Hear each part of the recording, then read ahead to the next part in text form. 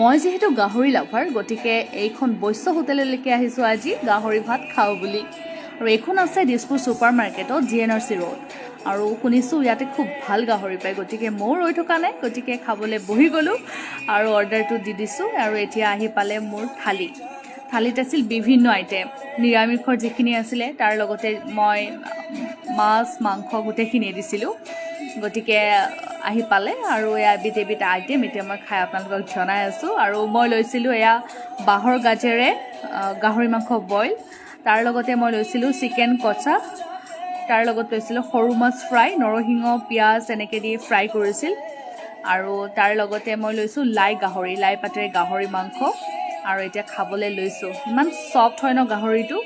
আৰু মানে মুখত দিয়াৰ লগে লগে ন গাহৰিটো পুৰা পমি গৈছে মানে পুৰা পিয়'ৰ লোকেল হয় মানে সেইটোৱে খাবলৈ ভাল আৰু গ্ৰেভিটো খুব টেষ্টি আছিলে আৰু এওঁলোকৰ ন প্ৰাইচবোৰ বহুত এফৰ্ডেবল হয় মানে আমি যিসকলে ডেইলি বাহিৰত খাওঁ তেওঁলোকৰ বাবে অতি মানে সহজ হয় বিয়েৰ কৰিবলৈ কাৰণ